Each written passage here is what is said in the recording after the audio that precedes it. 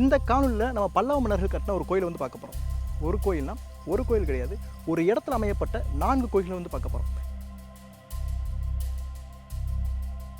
ஆனால் இங்கே 7 கருவறைகள் வந்து இருக்கு.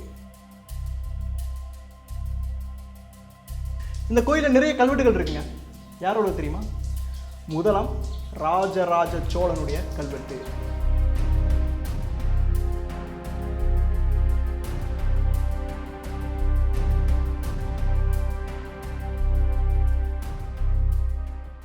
எல்லோருக்கும் வணக்கம். என் பேர் கருணா. இன்றைக்கி ஒரு திருக்குறளோட அந்த காலனி வந்து ஆரம்பிக்கிறேங்க. செய்வானை நாடி வினை நாடி காலத்தோடு எய்த உணர்ந்து செய். இந்த திருக்குறளை நல்ல ஞாபகம் வச்சுக்கோங்க. இந்த காலனி முழுசுமே உங்களோட வந்து பயணிக்கும். நம்ம தமிழ் மன்னர்கள் அப்படின்னு சொன்னால் சேரர்கள், சோழர்கள், பாண்டியர்கள், இந்த வரிசையில் நம்ம பல்லவர்களை பிரிக்கவும் முடியாது, ஒதுக்கவும் முடியாது அப்படின்னு சொல்லலாம். இந்த காணொலியில் நம்ம பல்லவ மன்னர்கள் கட்டின ஒரு கோயிலை வந்து பார்க்க போகிறோம். ஒரு கோயில்னா ஒரு கோயில் கிடையாது, ஒரு இடத்துல அமையப்பட்ட 4 கோயில்களை வந்து பார்க்க போகிறோம். அது என்ன கோயில், என்ன வரலாறு, எப்படி இருக்குது, எல்லாமே தெரிஞ்சுக்கலாம். வாங்க வீடியோக்குள்ளே போகலாம்.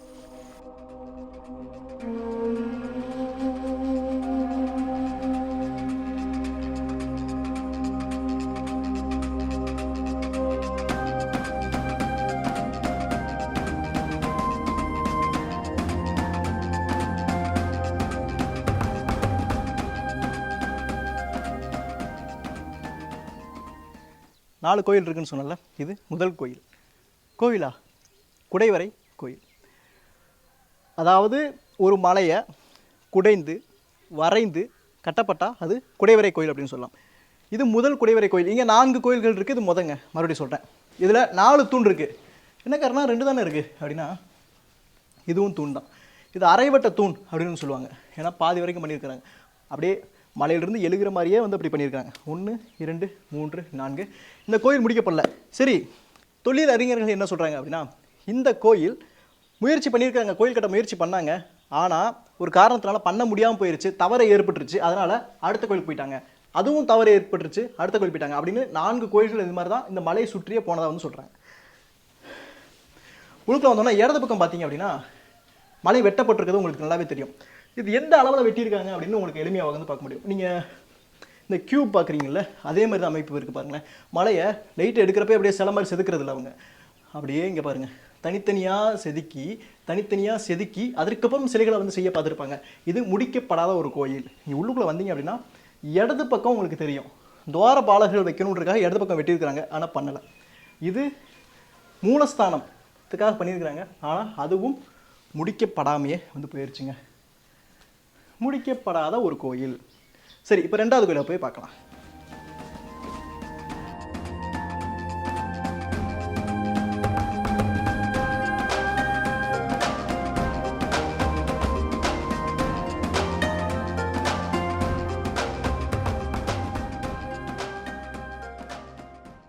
நான் சொன்னேன் இது பல்லவர்கள் கட்டின கோயில் அப்படின்ட்டு.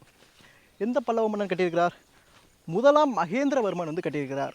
முதலாம் மகேந்திரவர்மன் தான் முதல்ல செங்கல்லையோ மரத்துலையோ கோயில் இல்லாமல் கற்களில் கோயில்களை வந்து கட்ட ஆரம்பித்தாருங்க. அந்த முதலாம் மகேந்திரவர்மனோட ஆட்சி காலம் கிபி 600 630. அதாவது தோராயமாக இப்போ இருந்து ஒரு 1400 வருஷம் வச்சுக்கோங்க. அந்த காலகட்டத்தில் கட்டப்பட்ட கோயில் தான் இந்த கோயில்கள் எல்லாமே. அவருடைய தலைநகர் காஞ்சியாக இருந்தாலும் அவர் முதல் கோயிலை காஞ்சிபுரத்தில் வந்து கட்டலை. எங்கே கட்டினார்? நான் ஏற்கனவே வந்து பார்த்துருக்கோம். மண்டகப்பட்டு அப்படிங்கிற இடத்துல வந்து கட்டியிருக்கிறார், விழுப்புரம் மாவட்டம். நீங்கள் வீடியோ பார்க்கலன்னா நான் வந்து லிங்க் கொடுக்குறேன், கட்டாயம் போய் பாருங்கள். பார்த்துட்டு வந்தீங்கன்னா இன்னும் உங்களுக்கு எளிமையாக வந்து புரியும். இப்போ 2வது கோயிலுக்கு மேலே போயிட்டுருக்கோம்.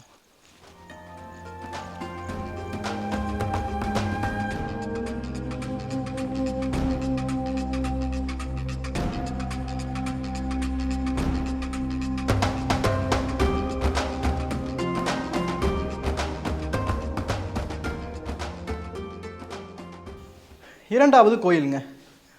நம்ம பார்த்தோம், முதல் கோயிலில் 4 தூண் மட்டும்தான் இருந்தது, வேறு எந்த ஒரு கருவறையுமே வந்து இல்லை. ஆனால் 2வது கோயிலில் அதை கடுத்து மேம்படுத்தியிருக்கிறாங்க. நல்லா பாருங்கள், 1 2 3 4 5 6 தூண் இருக்குது. 1 2 3 4 5 6 தூண் இருக்குது. 6 தூண்கள். அதாவது போனத்தில் வெறும் ஒரே ஒரு மண்டபம் மட்டும்தான் இருந்தது. அதற்கடுத்து 2 மண்டபங்கள் வந்து இருக்குது. அதையும் தாண்டி போனால் கருவறை முதற்கொண்டு இருக்குது. இங்கே வந்து ஒரு கேள்வி வந்து எழுது. கருவறை 2 பேருக்கு வச்சுருக்கலாம், 3 பேருக்கு வச்சுக்கலாம். நம்ம ஏன்னா மண்டபத்தில் 3 பேருக்கு வச்சுருக்காங்க, பிரம்மா, சிவன், விஷ்ணு. அவர் வந்து கல்வெட்டு கூட எழுதியிருக்காரு. ஆனால் இங்கே 7 கருவறைகள் வந்து இருக்குது. அப்போது இது ஒரு கோயிலுக்காக பண்ணப்பல, வேற ஒரு காரணத்துக்காக வந்து பண்ணியிருக்கிறார் பல்லவ மன்னன். இதற்கு படிக்கட்டுகள் முதற்கொண்டு அமைத்து கொடுத்திருக்கிறார். அது மட்டும் இல்லை, இதற்கு கதவுகளும் இருந்திருக்கு. அதுக்கு ஆதாரம் இங்கே பாருங்கள், இங்கே ஒரு கதவு இருந்திருக்கு, மேலேயும் கீழே பாருங்கள், க்ளோஸ் பண்ணிக்கிற மாதிரி கதவும் வச்சுருந்துருக்காங்க. உள்ளுக்குள்ளே பாருங்கள், ஒருவேளை சிலைகள் வைக்கப்பட்டிருந்தா கூட அதுக்கு வைக்கிறதுக்கான அமைப்பு கூட உள்ளே இருக்குது. ஆனால் இப்போ எந்த சிலைகளும் இல்லை. ஒருவேளை சிலைகள் இருந்திருந்தால் சிலைகள் வந்து இல்லை. சரி, எதுக்காக பண்ணியிருப்பாங்க நான் சொல்கிறேன். இந்த தூணோட பாருங்கள், அங்கே வந்து வெறும் சதுர வடிவிலான தூண், அதுக்கப்புறம் எண்கோண முயற்சி பண்ணியிருக்காங்க, பண்ண முடியல. இங்கே அதுக்கப்புறம் எண்கோண வடிவத்தில் முயற்சி பண்ணிட்டாங்க. சதுரம் சதுரம், நடுவில் எண்கோண வடிவம். முதல் குடைவரை கிழக்கு நோக்கி இருக்குது. இந்த இரண்டாவது குடைவரை பாருங்கள், கிழக்கு நோக்கியும் அமைக்கப்பட்டிருக்கு, தெற்கு நோக்கியும் அமைக்கப்பட்டிருக்கு. அப்போது ஒரு பக்கம் மட்டும் கிடையாது, 2 பக்கமும் இருக்குது. ரெண்டாவதுக்கு ரொம்ப முக்கியமானது அப்படின்னு கூட நம்ம சொல்லலாம். அதில் அந்த கருவான அந்த பொசிஷனை பாருங்கள், அந்த வளையக்கூடிய ஒரு பொசிஷனில் அந்த தூணோட அமைப்புகள் கூட நேர்த்தியாக தான் வந்து செதுக்கப்பட்டிருக்குங்க.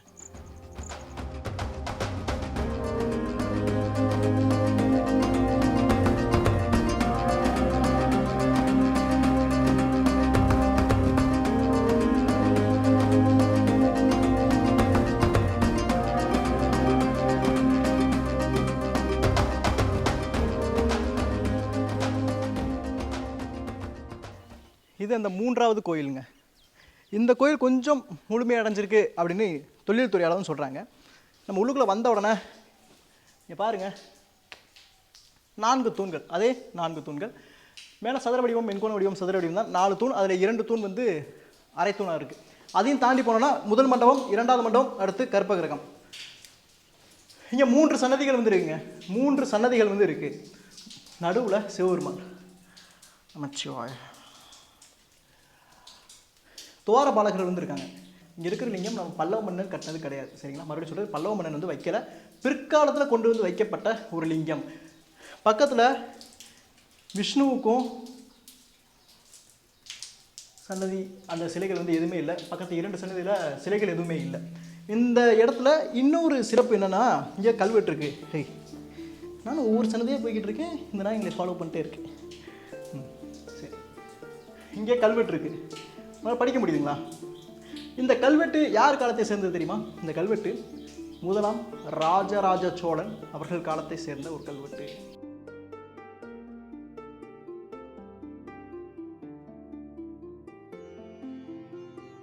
இந்த கோயில் மலையை குடைந்து கட்டப்பட்டது அப்படின்னு சொன்னேன்.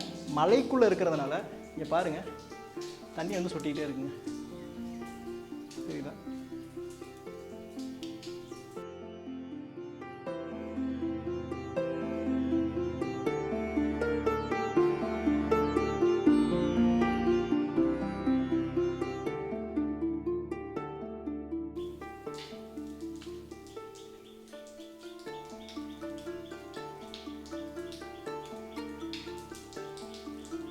இந்த கோயில் முழுமையாக முடிக்கப்பட்ட ஒரு கோயில்.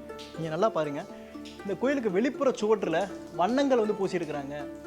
இது பல்லவ மன்னன் தான் வண்ணம் பூசியிருப்பாரா அப்படின்னா தெரியல, அதுக்கு பிற்காலத்தில் கூட பூசியிருக்காங்க. ஆனால் இந்த கோயில் முழுமை பெற்றிருக்க ஒரு கோயில், ரொம்ப அழகாக இருக்குது. 3வது ஒரு கோயில் அப்படின்னு சொல்லலாம். நீங்கள் நல்லா பாருங்கள், மழை தண்ணி உள்ளுக்குள்ளே உங்களுக்கு வரும் அப்படின்னு பல்லவ மன்னனுக்கு தெரியும். இந்த காலத்திலே வருதுன்னா வந்திருக்காதா? 1400 வருஷத்துக்கு முன்னாடி உள்ளுக்குள்ளே வர்றது கூட மலை வடிகள் மாதிரி வெட்டி விட்டுருக்குறாங்க, மழை தண்ணி வெளியே போகிற மாதிரி. இது வரைக்கும் இந்த மலை இருக்குது, என் தலைக்கு மேலே உங்களுக்கு தெரியுது பார்த்தீங்களா? இது வரைக்கும் முழுக்க இந்த பாறை, அந்த மலை அப்படியே இருந்திருக்கு. அதை செதுக்கி ஒரு லேயர், அதற்கடுத்து ஒரு லேயர், அந்த லேயருக்குள்ளேயும் தூணாக பண்ணணும். தப்பாக செஞ்சோம்னா முடிஞ்சு போயிடும், சரிங்களா? ஒரு லேயர், அடுத்த லேயர், அதுக்கு உள்ளே போயிட்டு கருவறை செஞ்சு வழிபட்டுருக்குறாங்க. இப்போ கடைசி ஒரு கோயிலுக்கு வந்து போகலாம், அது பக்கத்துலேயே தாங்க இருக்குது.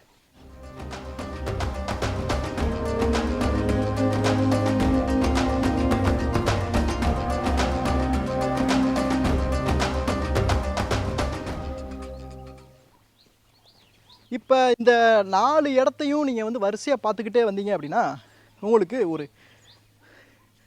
ஒரு க்ரோத் தெரியும், ஒரு க்ரோத் உங்களுக்கு தெரியும், அதாவது ஒரு வளர்ச்சி தெரியும். முத கட்டுறாங்க, அங்கே சரியாக பண்ண முடியல, ஏன்னா வெறும் இது மட்டும்தான் இருக்குது. அதற்கு அடுத்து பண்ணுறாங்க, ஃபஸ்ட்டு ஒரு மண்டபம் மட்டும் கட்டியிருக்காங்க. 3வது பண்ணியிருக்கிறாங்க, அங்கே என்ன பண்ணியிருக்கிறாங்க, வெறும் கருவறைகளை மட்டும் வந்து அமைச்சு சிவபெருமான் வந்து இப்போ இருக்கிறார். 4வது படிக்கட்டு மாதிரி, இப்போ மழை பெஞ்சா தண்ணி அதுக்குள்ளே போகக்கூடாது, என்ன செய்யணும், அப்போ உயரமாக கட்டணும்.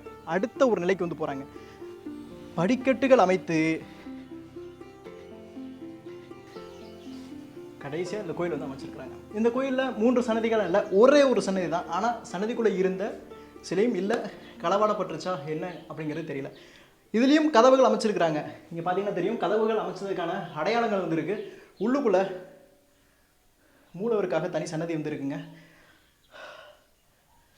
சிலை வந்து இல்லை. இங்கேயும் கல்வெட்டுகள் இருக்குது. இப்போது 4 இருக்குது. நான் சொன்னேன் முதல் நிலை வந்து அப்போ தான் கொஞ்சம் கற்றுக்குறாங்க. அப்படியே அவங்களுடைய வளர்ச்சி உங்களுக்கு தெளிவாக தெரியும். 4ஆவதுல பாருங்கள், தூண்களில் அதோட அமைப்புகளை பாருங்கள், தூண்கள் டிசைன் வந்து பண்ண ஆரம்பிக்கிறாங்க. இந்த போதிகைகள் ரொம்ப அழகாக இருக்குது. இந்த போதிகைகள்லையும் வண்ணங்கள் தீட்டப்பட்டிருக்கு. மிகப்பெரிய அளவில் மேம்படுத்தி வந்திருக்கிறாங்க. இதில் இன்னும் குறிப்பாக சொல்லணும்னா, இந்த மலையை செதுக்கிறப்ப இங்கே பாருங்கள், மேல் அந்த இதெல்லாம் பாருங்கள், மேல் அமைப்பு அடுக்கடுக்கு அமைப்புகளாக மேல் அமைப்புகள் ரொம்ப அழகாக இருக்குது. அதற்கு கீழே வந்தோன்னா கீழ் அமைப்புகளும் ரொம்பவே அழகாக இருக்குது. ஒன்று இதற்கு அப்புறம் தான் கோயில்கள் வந்து வர ஆரம்பிக்குது. இதே மாதிரி ஒரு வடிவமைப்பை வச்சுக்கிட்டு வர ஆரம்பிக்குது. ஆனால் இதை பாறையில் ஒரு மலையில் செய்யணும் அப்படின்னு முயற்சி பண்ணது யார்? நம்ம முதலாம் மகேந்திரவர்மன்.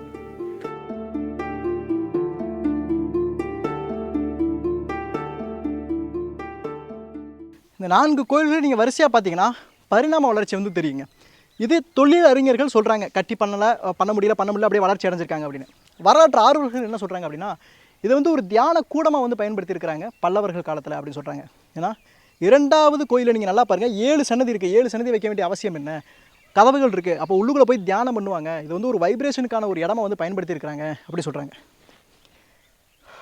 என்னுடைய யூகம் என்ன அப்படின்னா, பல்லவர்களோட மிகப்பெரிய ஒரு அசுரத்தனமான ஒரு படைப்பு அப்படின்னா மகாபலிபுரம், மாமல்லபுரத்தை சொல்லலாம். அதற்கு இந்த இடங்களை எல்லாம் பயிற்சியாக வந்து எடுத்துருக்கலாம் அப்படிங்கிறது என்னுடைய யூகம். ஏன்னா நீங்கள் நல்லா யோசிச்சு பாருங்கள், 1400 வருஷத்துக்கு முன்னாடி வெறும் செங்கல்லை மட்டும் வச்சு ஒரு சின்ன ஒரு கோயிலை கட்டிக்கிட்டு இருந்த ஒரு சமயத்தில் புதுசாக இப்படி ஒரு பாறைக்குள்ளே நுணுக்கமாக இவ்வளோ அழகாக செய்யணும் அப்படின்னு ஒரு மன்னன் சொல்கிறாரு அப்படின்னா, எடுத்தோன்னே எல்லா சிற்பிகளுக்கும் வந்துடாது. அதுக்கு என்ன செஞ்சுருக்கணும்? பயிற்சி கொடுத்துருக்கணும். முதல் குடைவரை கோயிலாக மண்டகப்பட்டு அறியப்படுது. அதுக்கப்புறம் இங்கே 4 இடங்களில் பயிற்சி கொடுத்துருக்குறாங்க. அப்படியே மேம்படுத்தி மகாபலிபுரத்தில் ஒரு அசுரத்தனத்தை வெளிப்படுத்தியிருக்கிறாங்க அப்படின்னு வந்து சொல்லலாங்க.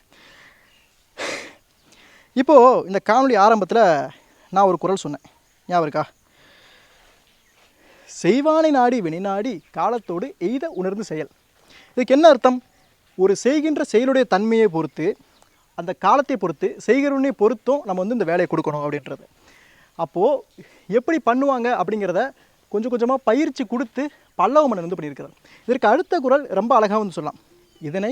இதனால் இவன் முடிக்கும் என்றாய்ந்து அதனை அவன் கண் விடல் அப்படின்னு திருவள்ளுவர் ரொம்ப அழகாக சொல்கிறார். ஒருத்தர் இதை முடிச்சிருவான் அப்படின்னு அவங்க உனக்கு தெரிஞ்சு அப்படின்னா, அவனால் தான் முடிக்க முடியும்னா நீ அவன்கிட்ட வேலையை கொடு அப்படின்னு சொல்கிறாரு. இங்கேயும் அதே தான். இங்கெல்லாம் ட்ரைனிங் எடுத்து முடிச்சதுக்கப்புறம் இப்போ இவங்களால் பண்ண முடியும் அப்படிங்கிறப்ப தான் ஒரு அசுரத்தனத்தை பல்லவ மன்னன் மகாபலிபுரத்தில் வந்து பண்ணியிருக்கிறாருங்க. இந்த வீடியோவை நீங்கள் நிறைய பேருக்கு ஷேர் பண்ணுங்கள். ஏன்னா இப்படி ஒரு இடம் இருக்குது, இப்படி ஒரு இடத்துக்கான ஒரு வரலாறு இருக்குது அப்படின்னு எல்லாருக்குமே தெரியணும். இந்த வரலாறு இன்று பகிரப்பட்டால் மட்டும்தான் இந்த வரலாறு அடுத்த தலைமுறையினரால் அறியப்படுங்க. ஒரு அருமையான ஒரு வரலாற்று இடம், நிறைய பேரோட பசியை போக்குன இடம் அப்படின்னு சொல்லலாம். ஆமாம், ஒரு 1400 வருஷத்துக்கு முன்னாடி மிகப்பெரிய அந்த சிற்பிகளுக்கு எல்லாமே வந்து அவங்க குடும்பங்களுக்கெல்லாம் ஏதோ ஒரு முக்கியமான இருந்திருக்கும். இதான் அவங்களுக்கு வாழ்வியலாகவே வந்து இருந்திருக்கும். அவங்க பசியை இப்படி வந்து போக்கியிருப்பாங்க. குடும்ப பசி, வயிற்று பசியாகவும் இருக்கட்டும், கலை பசியாகவும் இருக்கட்டும், இந்த இடத்துல வந்து தீர்த்துருப்பாங்க. ஒரு அருமையான ஒரு வரலாற்று இடம். குடும்பத்தோட இந்த இடத்துக்கு வந்து பாருங்கள். நான் கூகுள் மேப் டிஸ்கிரிப்ஷனில் கொடுக்குறேன், கட்டாயம் வந்து வாங்க. இணைந்தே இருங்க. நம்ம வரலாற்று பயணம் மிகப்பெரியது, நம்ம பயணிக்க வேண்டிய தூரமும் மிகப்பெரியது. இதே மாதிரி அறியாத, நம்ம ஊரில் இருந்தும் நமக்கு புரியாத பல இடங்களை உங்கள்கிட்ட கொண்டு வந்து நான் சேர்க்குறேன். அடுத்த ஒரு வரலாற்று பயணத்தில் சந்திக்கிறேன். நன்றி.